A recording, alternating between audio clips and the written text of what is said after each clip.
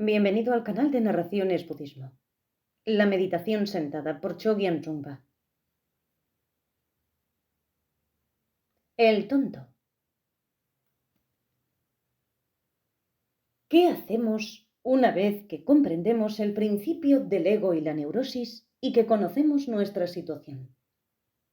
Tenemos que dejar de filosofar y entablar una relación simple y directa con nuestra cháchara mental y nuestras emociones. Como punto de partida, necesitamos usar el material existente, es decir, los bloqueos, credenciales y engaños del ego. Acto seguido, empezamos a darnos cuenta de que para hacerlo debemos recurrir a alguna credencial, por poco convincente que sea. Es necesario tener alguna credencial, aunque sea simbólica, pues sin ella no podríamos comenzar. Por eso en la meditación nos valemos de técnicas simples y hacemos de la respiración nuestra credencial de rigor. No deja de ser irónico. A pesar de que el Buddha-dharma que hemos estado estudiando nos enseña a despojarnos de nuestras credenciales, de pronto nos vemos involucrados en una actividad sospechosa. Estamos haciendo precisamente aquello que criticábamos, lo que nos resulta violento y nos hace sentirnos incómodos. ¿Y si fuera una nueva forma de charlatanismo? El mismo jueguecito egótico de siempre. ¿No me estarán pasando gato por liebre? ¿No estaré haciendo el ridículo? Todo despierta nuestras sospechas. Eso está muy bien. Significa que nuestra inteligencia se está agudizando. Es una manera excelente de empezar, pero sea como sea, tenemos que acabar haciendo algo de una vez. Deberemos humillarnos y reconocer que a pesar de nuestro refinamiento intelectual, nuestra percepción de lo que sucede en la psiquis es muy primitiva. Aún no supera, en realidad, el nivel infantil, y ni siquiera sabemos contar hasta 10. Al sentarnos a meditar, admitimos nuestra insensatez. Es una medida extraordinariamente fuerte, pero se impone. Debemos empezar como tontos y sentarnos a meditar. Y cuando nos vayamos dando cuenta de que hacer eso es de tontos de remate, empezaremos también a entender que las técnicas funcionan como muletas. Uno no se aferra a sus muletas ni les atribuye ningún significado místico importante. No son más que herramientas que se usan mientras sean necesarias y que luego se desechan. Debemos estar dispuestos a ser personas completamente comunes y corrientes, lo que significa aceptarnos a nosotros mismos y no tratar de ser más perfectos, puros, espirituales o perspicaces. Si conseguimos aceptar nuestras imperfecciones tal como son, con la mayor naturalidad del mundo, entonces podremos valernos de ellas en el camino. Pero si intentamos deshacernos de ella, se convertirán en enemigas, en obstáculos en el camino del desarrollo personal. Lo mismo se podría decir de la respiración. Si podemos verla tal como es, sin tratar de usarla para mejorarnos a nosotros mismos, pasará a formar parte del camino porque dejará de ser una herramienta de nuestra ambición personal. Simplicidad. La práctica de la meditación consiste en abandonar la fijación dualista, es decir, abandonar la lucha del bien contra el mal. Nuestra actitud hacia la espiritualidad debe ser natural, ordinaria y libre de ambición. Por bueno que sea el karma que estemos creando, lo cierto es que seguimos sembrando semillas de karma. La idea, entonces, es trascender por completo el proceso kármico, trascender tanto el buen como el mal karma. Los textos tántricos contienen muchas referencias al Mahasuka o gran dicha. La razón por la que se llama gran dicha o gran felicidad es porque trasciende tanto la esperanza como el miedo, tanto el placer como el dolor. Aquí la palabra dicha no se refiere al placer en su acepción corriente, sino a una sensación de libertad fundamental y verdadera, a un sentido del humor que percibe la ironía del juego egótico, el juego de las polaridades. Si logramos ver el ego desde una perspectiva aérea, apreciaremos su aspecto cómico. Conviene, por lo tanto, abordar la meditación de manera muy simple, sin buscar el placer ni huir del dolor. En realidad, la meditación es un proceso natural y el camino consiste en trabajar con el dolor y el placer. No se trata de usar las técnicas de meditación, oraciones, mantras, visualizaciones, rituales y técnicas de respiración para crear placer ni para confirmar la propia existencia. La idea no es disociarse de la técnica, sino fundirse con ella hasta alcanzar cierta sensación de no dualidad. La técnica es una manera de imitar el estilo de la no dualidad. Al principio, uno maneja la técnica como si fuera una especie de juego, porque aún se imagina que está meditando. Sin embargo, las técnicas que practicamos, por ejemplo, la conciencia de las sensaciones corporales o la conciencia de la respiración, son tan concretas que tienden a hacerlo aterrizar a uno. No se recomienda considerar la técnica como algo mágico, como un milagro o una ceremonia profunda, sino como un proceso simple, extraordinariamente simple. Cuanto más simple sea la técnica, menor será el peligro de que se presenten desvíos, porque uno no se estará nutriendo de esperanzas y miedos fascinantes y seductores. En la práctica de la meditación, uno trabaja al principio solamente con la neurosis fundamental de la mente, es decir, la relación confusa entre uno mismo y sus proyecciones, la relación con los pensamientos. Cuando logra ver la simplicidad de la técnica sin adoptar una actitud especial hacia ella, también aprende a relacionarse con su propia configuración mental. Empieza a ver los pensamientos como fenómenos sencillos, y el hecho de que sean pensamientos piadosos, malvados, caseros o de cualquier otra índole deja de tener importancia. Uno no los categoriza como buenos o malos, sino que los ve como simples pensamientos. Los pensamientos se nutren de la relación obsesiva que uno mantiene con ellos, pues para sobrevivir necesitan que se los tome en serio. Si empezamos a tomarlos en serio y a categorizarlos, se vuelven muy fuertes. Les proporcionamos energía cada vez que no los vemos como fenómenos simples. Por otro lado, si tratamos de aquietarlos, también se nutren. De modo que cuando empezamos a meditar, no debemos proponernos conseguir la felicidad, ni tampoco la calma mental o la paz, aunque éstas pueden ser subproductos de la meditación. No debemos considerar la meditación como si se tratara de vacaciones para escapar de la irritación. En realidad, cuando comenzamos a practicar la meditación, siempre sucede que afloran toda clase de problemas. Todos los aspectos ocultos de la personalidad salen a la superficie por la sencilla razón de que por primera vez nos estamos permitiendo ver nuestro propio estado mental tal como es. Por primera vez, no evaluamos los pensamientos.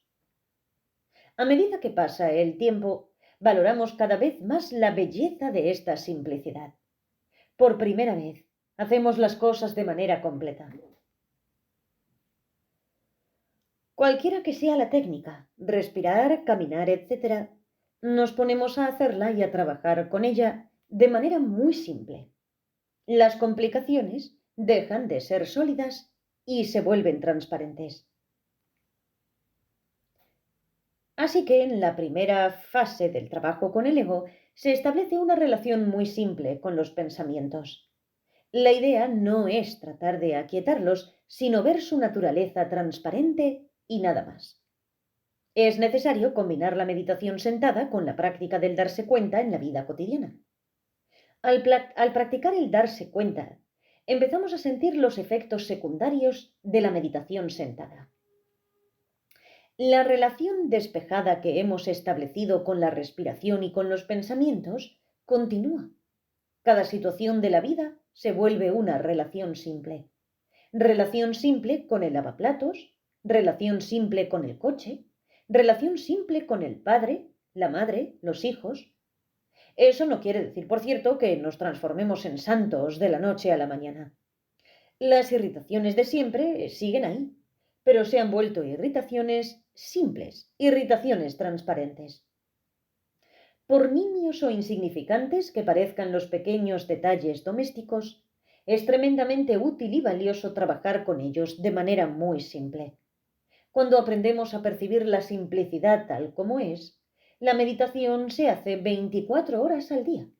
Experimentamos una sensación muy grande de espacio porque no nos sentimos obligados a observarnos a nosotros mismos compulsivamente. Más bien, acogemos la situación. Claro que aún puede observarse y comentar el proceso, pero cuando se sienta a meditar, uno es y nada más. Y ya no se vale de la respiración ni de ninguna otra técnica. Uno empieza a dominar el asunto y ya no le hace falta un observador ni tampoco un traductor, porque entiende perfectamente el idioma. Prestar atención y darse cuenta. La meditación trabaja con nuestra prisa, agitación y febrilidad constantes. Nos ofrece un espacio, un terreno, que le permite a la agitación funcionar y agitarse sin trabas hasta poder relajarse. Si no interferimos en la agitación, esta pasa a formar parte del espacio. Dejamos de reprimir o agredir el deseo de mordernos una vez más la cola. La práctica de la meditación no consiste en tratar de producir un trance hipnótico ni una sensación de alivio. Los esfuerzos para lograr la tranquilidad mental provienen de un sentimiento de pobreza. El que persigue la calma interior tiene que precaverse de la agitación, lo que va acompañado de una sensación de paranoia y la necesidad de estar siempre marcando límites. Jamás afloja la guardia contra esos repentinos accesos de pasión o de agresividad que podrían adueñarse de él y hacerle perder los estribos. El proceso de vigilancia limita el alcance de la mente, porque uno no acepta todo lo que surge en ella. En lugar de eso, la meditación debería reflejar un sentimiento de riqueza, la capacidad de usar todos los contenidos de nuestros estados mentales. De este modo, si le brindamos a la agitación el espacio suficiente para que pueda funcionar a sus anchas, entonces la energía deja de agitarse porque puede confiar en su naturaleza fundamental. La meditación consiste en darle un prado inmenso y muy verde a una vaca agitada. Es posible que la vaca se siga agitando un buen rato en ese enorme pastizal, pero al cabo de un tiempo la agitación deja de tener sentido porque el espacio es demasiado grande. La vaca come, come y come y al final se relaja y se duerme.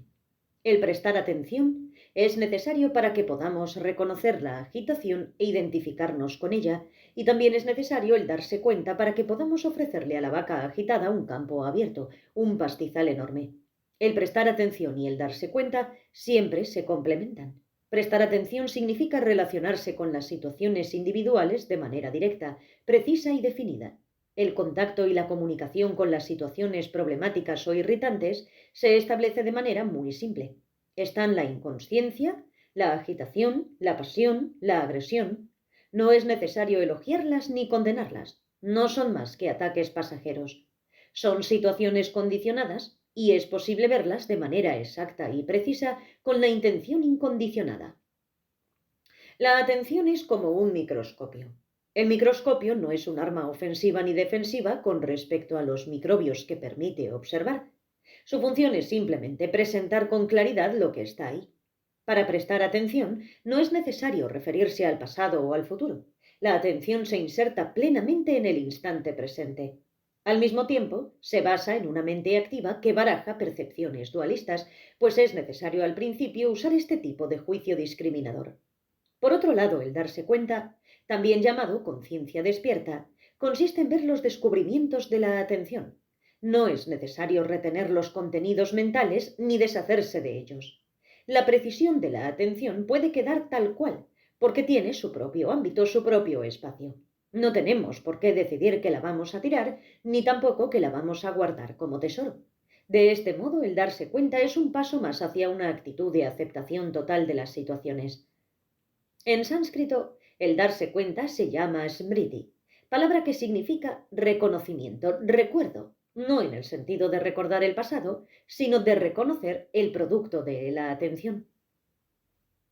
El prestar atención nos da una base, un espacio para reconocer la agresión, la pasión, etc. El prestar atención proporciona el tema, la terminología o las palabras, mientras que el darse cuenta es la gramática que enlaza los términos en el orden correcto.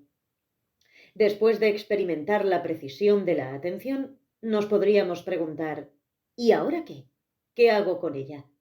Pero nuestra capacidad de darnos cuenta nos tranquiliza, pues vemos que en realidad no es necesario hacer nada con esa precisión y que podemos dejarla simplemente en su sitio. Es como descubrir una hermosa flor en la selva. ¿La recogemos y la llevamos a casa? ¿O mejor la dejamos donde está? El darse cuenta nos dice que es mejor dejar la flor en la selva, en el ambiente natural donde crece. Dicho de otro modo, darse cuenta significa estar dispuesto a no aferrarse a los descubrimientos de la atención. Y prestar atención se refiere a la precisión de ver que las cosas son lo que son. El prestar atención es la vanguardia del darse cuenta. Primero se percibe una situación con precisión y luego esa atención puntual se amplía y se difunde, volviéndose conciencia despierta. De esta manera, la atención y el darse cuenta concurren para producir una aceptación de las situaciones de la vida tal como son. No es necesario boicotear la vida ni tampoco reivindicar el derecho de darse el gusto en todo. Las situaciones existenciales son el alimento del darse cuenta y la atención. Sin las depresiones y las sensaciones fuertes que nos ofrece la existencia, no sería posible meditar. Debemos desgastar completamente la suela del zapato del samsara hollando el camino de la meditación, puesto que la combinación de prestar atención y darse cuenta es lo que permite que uno prosiga el viaje. La práctica de la meditación y el desarrollo espiritual dependen del samsara. Desde una perspectiva aérea, se podría afirmar que tanto el samsara como el nirvana son innecesarios y que el viaje es inútil. Sin embargo, como estamos en la Tierra, resulta extraordinariamente útil realizar el viaje. Aburrimiento. Podríamos usar el cuerpo humano como analogía para describir el desarrollo del ego. En esta analogía, el dualismo fundamental, la sensación, el impulso y los conceptos serían los huesos. Las emociones serían los músculos y la cháchara subconsciente y todas las pequeñas actividades mentales serían el sistema circulatorio que alimenta los músculos. De modo que para tener un cuerpo que funcione adecuadamente, necesitamos un sistema muscular y un sistema circulatorio, además de un esqueleto que los sostenga. Iniciamos la práctica de la meditación entrando en contacto con los pensamientos, que son la periferia del ego. La práctica de la meditación es un proceso que consiste en ir deshaciendo. Si queremos disecar y examinar el cuerpo del ego, debemos primero abrir la piel y luego cortar las arterias. Y así, el practicante que no aspira a tener credenciales empieza sometiéndose a una operación. Nuestras credenciales son un tumor y es necesaria una intervención quirúrgica para extraerlas. Utilizamos la enfermedad para demostrar que existimos. Estoy enfermo y sufro, por lo tanto soy real. La operación se propone eliminar la noción de ser alguien importante por el simple hecho de estar enfermo. Es obvio que si nos declaramos enfermos, gozaremos de atenciones de todo tipo. Podremos llamar a nuestros parientes y amigos e informarles que estamos enfermos para que nos vengan a ayudar. Esa manera de demostrar que existimos es patética. Y eso es precisamente lo que hacen las credenciales. Demuestran que estamos enfermos para que así podamos recibir las atenciones de nuestras amistades. Debemos someternos a una operación para eliminar el mal de las credenciales. Pero si nos anestesian, jamás sabremos cuánto tenemos que abandonar, de modo que es mejor no recurrir a anestésicos. Todo debe ser como en un parto natural en el que la madre ve nacer a su hija, le ve salir del cuerpo y entrar en el mundo. Para dar nacimiento al Buddhadharma sin credenciales, debemos proceder de la misma manera. Debemos presenciar el proceso entero. Nos dejamos llevar directamente al quirófano, donde el primer acto operatorio consiste en practicar una incisión en la zona de la dolencia con un bisturí extremadamente afilado, la espada de Manjushri, la espada de la compasión y la sabiduría. Tan solo una pequeña incisión, menos dolorosa de lo que creíamos. Sentarse a meditar es ese pequeño tajo en la arteria. Quizás alguien nos haya advertido que la meditación sentada es sumamente aburrida y difícil de lograr, pero no nos parece tan difícil. De hecho, nos parece más bien fácil. Se trata simplemente de sentarse. La arteria, que es el chismorreo subconsciente de la mente, se cercena por medio de ciertas técnicas, como trabajar con la respiración, caminar, etc. Es un gesto muy humilde. Uno simplemente se sienta, corta los pensamientos y acoge la respiración que entra y sale. Es una respiración natural.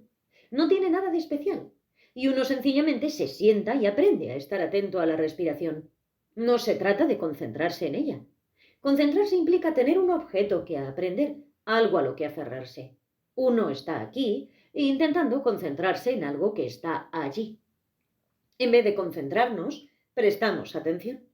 Observamos lo que está sucediendo en lugar de fortalecer la concentración. Esto último implicaría tener una meta, y orientarse hacia un fin significa viajar de un punto a otro. En la práctica de la atención no hay ni meta ni viaje. Uno simplemente está atento a lo que sucede. No nos ilusionamos con ninguna promesa de amor y de luz, ni tampoco tenemos visiones angelicales o demoníacas. No sucede nada. Es el aburrimiento total. A veces tenemos la impresión de ser un imbécil y a menudo nos preguntamos, ¿y si fuera una tomadura de pelo? ¿En qué carro me habré subido? No nos hemos subido a nada. Por lo demás, avanzar por el camino implica más bien bajarse de todo en vez de encaramarse en algo. Sentémonos, pongamos nuestra atención en la respiración e identifiquémonos con ella. Entonces, nos daremos cuenta de que la arteria no se seccionó realmente en el momento en que nos pusimos a practicar. Se está seccionando ahora que nos empezamos a aburrir con la práctica, a aburrir en serio. Se supone que tendría que sacar algún partido del budismo y la meditación. Se supone que debería alcanzar diversos niveles de realización. Pero no sucede absolutamente nada y me estoy aburriendo como una ostra. Tenemos la impresión de que ni siquiera nuestro propio observador interno nos comprende y que más bien se burla de nosotros. El aburrimiento es importante porque va en contra de las credenciales. Las credenciales nos entretienen procurándonos siempre algo nuevo, algo ameno, algo fantástico y soluciones de todo tipo. Cuando se suprime la idea de obtener credenciales, surge el aburrimiento. En un taller de cine que organizamos en el estado de Colorado, surgió el tema de si era más importante divertir al público o hacer una buena película. Yo dije que si nos parecía que la gente se iba a aburrir con lo que queríamos presentar, entonces debíamos elevar el nivel de inteligencia y de exigencia del público, en lugar de intentar responder siempre a sus expectativas, a sus deseos de diversión. Una vez que comienza a satisfacer el deseo de diversión y del público, uno no acaba nunca de rebajarse y de hundirse y terminar cayendo en el absurdo. Si un cineasta presenta sus ideas con dignidad, es posible que al principio su obra no tenga una buena acogida necesariamente, pero tal vez la gente la reciba mejor cuando empiece a comprenderla. La película podría contribuir a ampliarle los horizontes al público.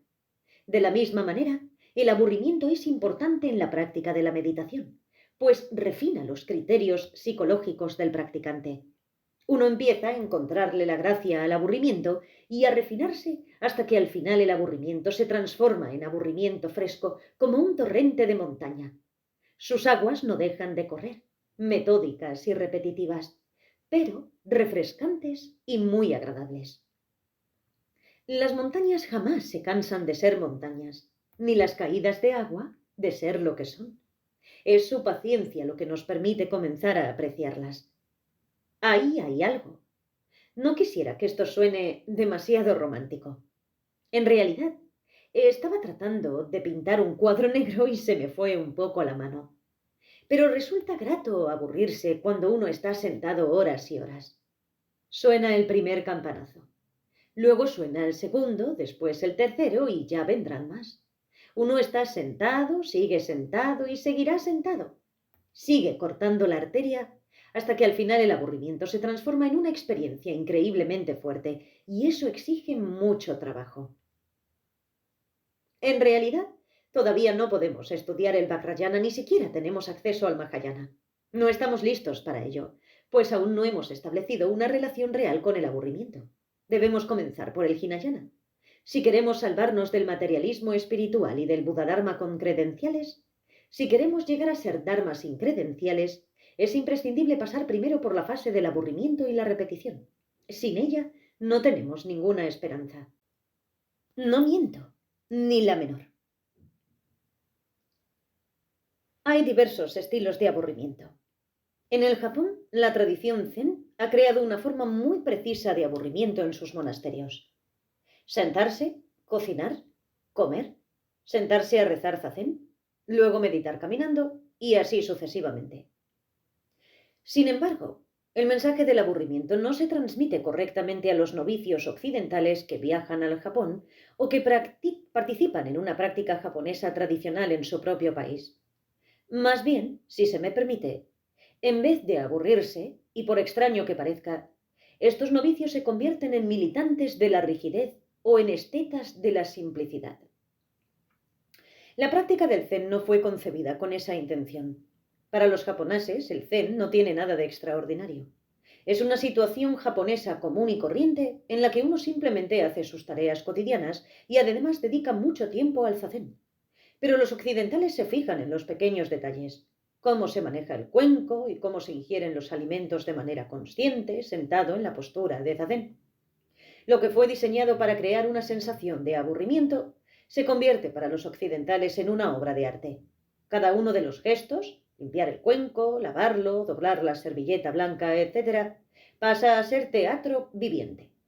En cuanto al cojín negro, que debería evocar la ausencia total de color y el aburrimiento más absoluto, los occidentales lo transforman en símbolo de rectitud militante e incorruptible. Por más que la tradición se esfuerce por suscitar el aburrimiento, que es un aspecto indispensable en el sendero estrecho de la disciplina, tendemos a convertir la práctica en un inventario arqueológico o sociológico de actividades interesantes. Y así, tenemos algo que contarles a los amigos. El año pasado estuve 6 meses enteros meditando en un monasterio zen. Pude ver cómo el otoño fue dando paso al invierno mientras hacía mi práctica de zazen en medio de una gran precisión y belleza. Aprendí a sentarme e incluso aprendí a caminar y a comer. Fue una experiencia maravillosa y en ningún momento me aburrí. Les decimos a nuestros amigos, vayan, que lo van a pasar muy bien. Con lo cual, juntamos otra credencial más. El intento por destruir una credencial no hizo más que crear otra. De modo que para destruir el juego del ego, lo primero que hay que hacer es someterse al régimen estricto de la meditación sentada. Nada de especulaciones intelectuales, nada de filosofías. No hay más remedio que sentarse a meditar. Es la primera estrategia para lograr el Buddhadharma sin credenciales.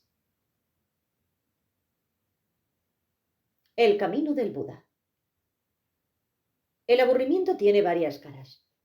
Está la sensación de que no sucede nada, de que algo podría suceder e incluso de que lo que queremos que suceda podría reemplazar lo que no está sucediendo.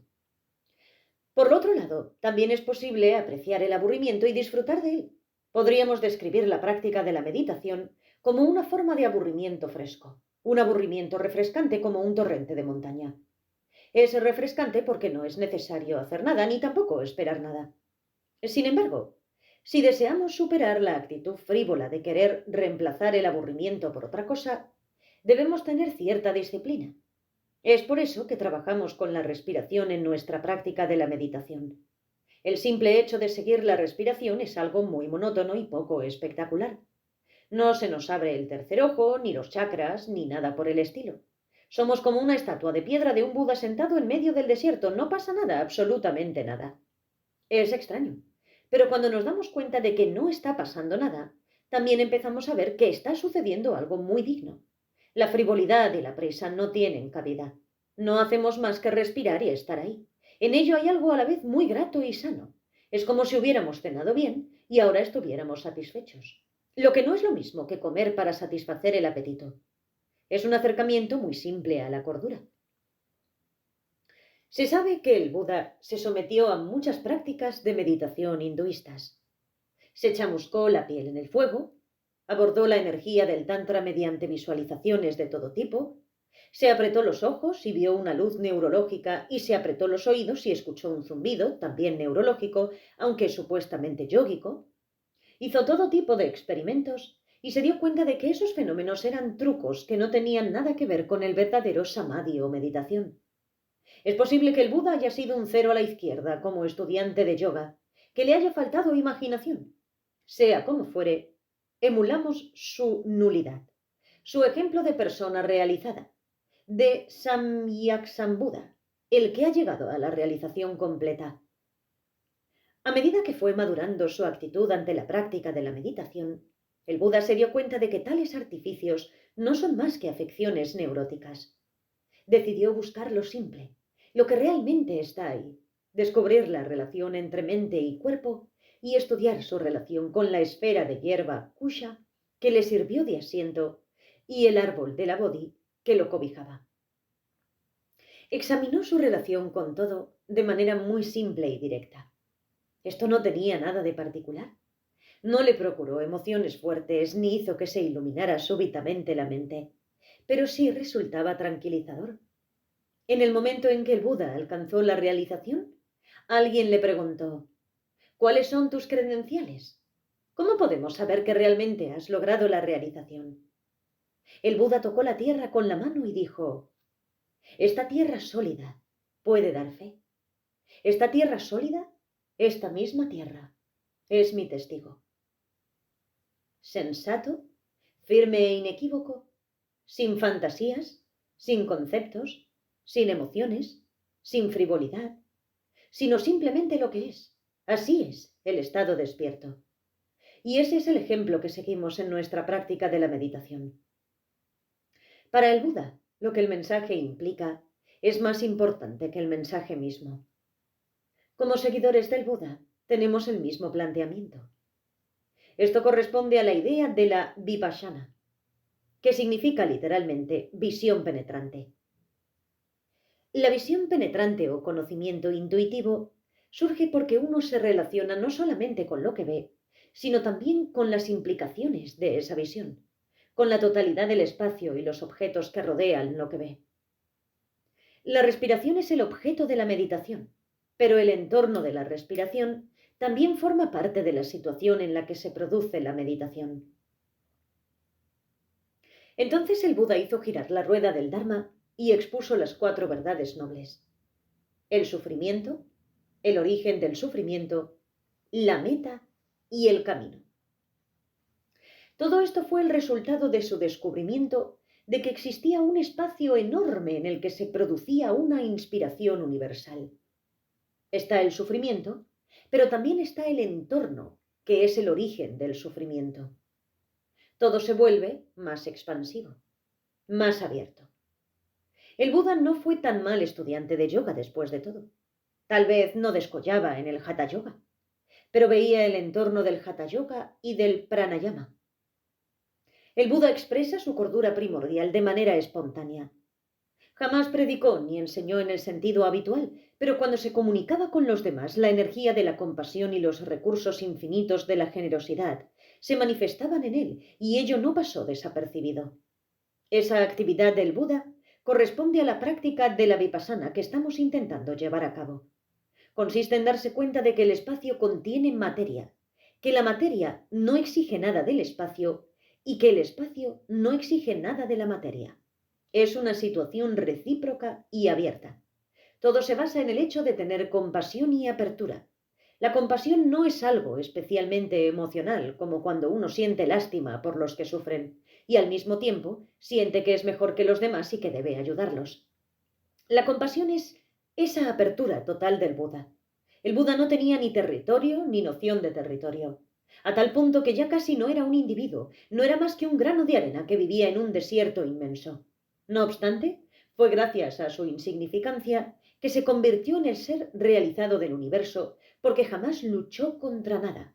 El Dharma que enseñó está exento de agresión y de pasión, pasión en el sentido de aferrarse a algo, de mantener un territorio. Para quienes seguimos el camino del Buda, la meditación es una práctica de no pasión y de no agresión. Consiste en trabajar con la posesividad de la agresión que dice: este es mi recorrido espiritual y no quiero que interfieran en él. Fuera de mi territorio. La espiritualidad, es decir, la perspectiva de la vipassana, es una situación panorámica en la que uno puede ir y venir libremente y mantener una relación abierta con el mundo, es la culminación de la no violencia.